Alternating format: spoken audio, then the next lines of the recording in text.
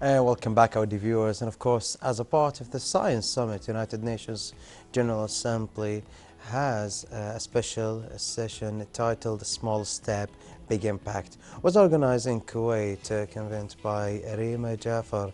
In this session, young Kuwaitis represented their thoughts and ideas for a sustainable tomorrow. The event was held at the Dar al-Athar al-Islamiyya, the Cultural Center in Yarmouk area. Of course, it's organized in collaboration with the United Nations in Kuwait. The aim of the session was to demonstrate the impactful change. It does not require the massive resources, an idea, a purpose, and of course, a courage that are enough. The event created a platform for young thinkers, giving them a voice at the United Nations Lake International Forum. So please, let's welcome with us Reema Jafar from the Readers Club in Kuwait. So Reema, thank you for being with us and good morning. Thank you. It's my pleasure to be here today. The pleasure is ours. So I want to know something about the Small Step, Big Impact session. How is it and how is it organized? So the Small Step, Big Impact was a session organized as part of the United Nations General Assembly Science Summit at the Dar al-Athar Islamiyya Cultural Center. Yeah. It was actually a hybrid event. It was organized physically in Kuwait at the DAI Cultural Center and streamed online. So we all know that the United Nations hosts the General Assembly in New York at the headquarters every year. And parallel to that, they have a science summit that brings together researchers, to attain the sustainable development goals, where we discuss involving sustainability with development.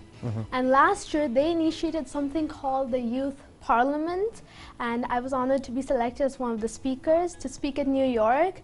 And that was like a really amazing experience for me. You were online or you were there in New York? I was there in New York. You were there in New York? Yes. So it was like a really amazing experience because it was the first time I was there at such a global forum, and there were people from so many well-known universities like Harvard, Stanford, and from different corners of the globe.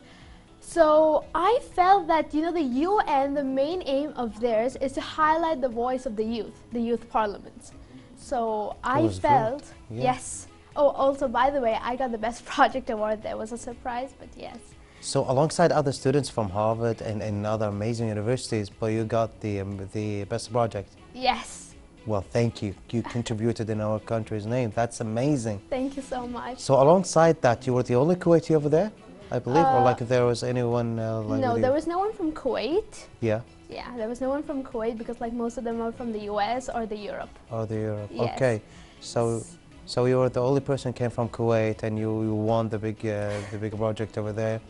So that is actually remarkable. I mean, if that didn't take an applause, what would it take? So thank you for everything. Thank you so much. So is there anything you wanted to share about the project itself, or like should we go to the next question now? I would like to tell about the session. So the thing is that I wanted to create a platform where we could involve the young Kuwaitis who are making a change in the country. And that's how I coordinated with the Science Summit, and we had a session, and how the session came into being in Kuwait. So that was in a few months ago, right? Yes, that was a few months ago. That was actually remarkable. So what kind of ideas that you participated over there? Like, is there any priority ideas, or like is there anything that you got from other students from other universities also? Yeah, the amazing thing about the session was that the ideas presented by these young Kuwaitis were completely diverse. So our keynote talk was by Professor Yang Wang from Arizona State University, and the remaining speakers were young Kuwaiti changemakers. Professor Yang, he spoke about integrating AI with renewable energy and power systems. I think that's quite relevant to Kuwait actually right now. We also had young Kuwaitis who had done projects with integrating AI into fire protection systems, road safety, and we also had some entrepreneurs who started businesses based on sustainable development. We also had a young Kuwaiti changemaker who was advocating for climate action and waste management. That is remarkable. I know. So entrepreneurs, road safety and other things, and now even climate actions and global warming, and all of these things that you got all in the young entrepreneurs. Yes, and that too from Kuwait. That was only from Kuwait? Yes. So imagine all the ideas that you got from other young ideas and the youth ideas that you got from another countries. That is actually remarkable. So, what is the best thing that you think you loved when you were there in New York? Like, what is the most catchy thing or like catchy idea that you said, okay, these things I should like think about it even more when you go back to Kuwait? Actually, there were a lot because Yeah, you know confused about it. each student had a different perspective. Some were working on how to help with immigration. The others, I believe there was one with a biodegradable fish hook, because in that area they used to do a lot of fishing.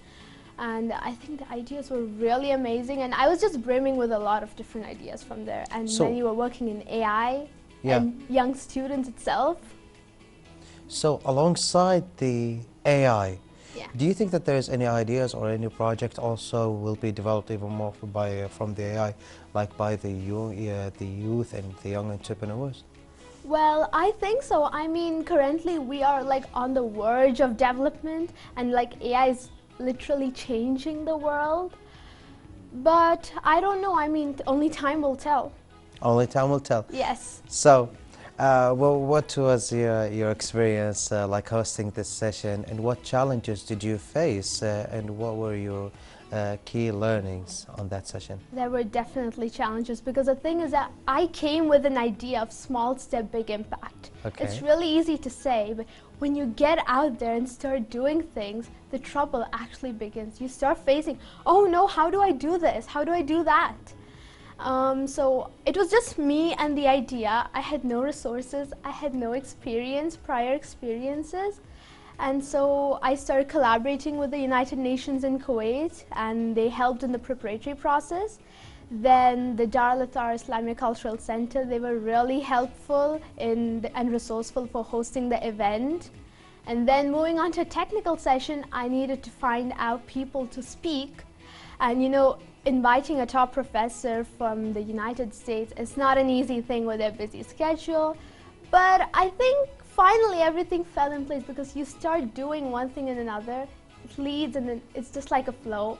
Finally everything fell in place. And Well, yeah. I think the key learning was that if there's a problem, there's definitely a solution, because that's the reason it is a problem.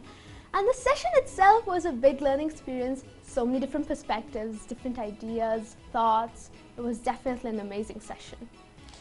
It was an amazing session, since it's held by an amazing personality. Thank you. Person with amazing character. I mean, if Reema could do all of these things, like have the help of the United Nations, and of course reaching for them and get reached by Dar al-Athar Islamiya and Yarma Culture Center, and a lot of people would say there's a thing, way smaller things that you did, they say I can't. Well, you definitely can, but yet you didn't try. So let's open our minds, let's open our ambitions, and of course let's open our hearts and our dreams, because what she did is amazing. What you did Thank you. is amazing, and I hope that you never stop. You're growing bigger and bigger, and of course thank you, Reema, for everything. Thank you so much. You're welcome. And of course for you, our dear viewers, that was Reema Jafar from the Readers Club in Kuwait.